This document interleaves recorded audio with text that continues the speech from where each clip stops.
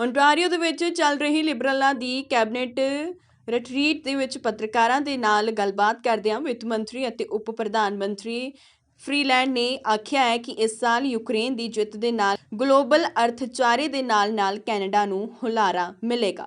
ਵਿੱਤ ਮੰਤਰੀ Christy Freeland ਇਹ ਨਹੀਂ ਦੱਸ ਸਕੀ ਕਿ ਕੈਨੇਡਾ ਇਸ ਮੁੱਦੇ ਉੱਤੇ ਕਿਸ ਤਰ੍ਹਾਂ ਅੱਗੇ ਵਧੇਗਾ, ਪਰ ਉਹਨਾਂ ਇਹ ਜ਼ਰੂਰ ਆਖਿਆ ਹੈ ਕਿ ਯੂਕਰੇਨ ਦੀ ਇਸ ਸੰਘਰਸ਼ ਦੀ ਘੜੀ ਦੇ ਵਿੱਚ ਸਭ ਤੋਂ ਵੱਧ ਫੰਡ ਦੇਣ ਵਾਲਿਆਂ ਵਿੱਚ ਕੈਨੇਡਾ ਮੋਹਰੀ ਹੈ। Doing as a government that Canadians are doing, Canadian people, Canadian businesses, to increase Canada's economic capacity, to increase growth, and to drive the creation of more good jobs for Canadians.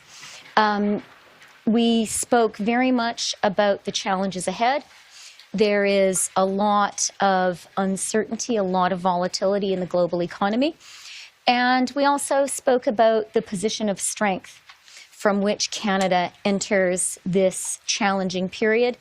Strongest economic growth in the G7 in 2022 so far, and a very strong jobs position, very strong December jobs numbers, and something that is really important to me, very record high labor force participation, and the highest participation in the labor force for women in prime working years.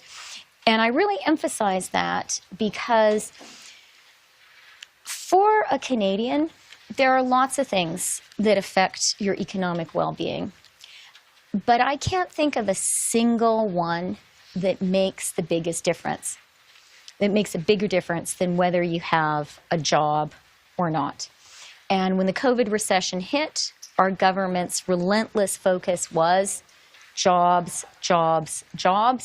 We knew that job loss was devastating for Canadians, and we have been working hard with Canadian people, with unions, with Canadian businesses to recover those lost jobs. We're now at more than 120% of the jobs lost to COVID, and that is really important for Canadians, for the people of Hamilton.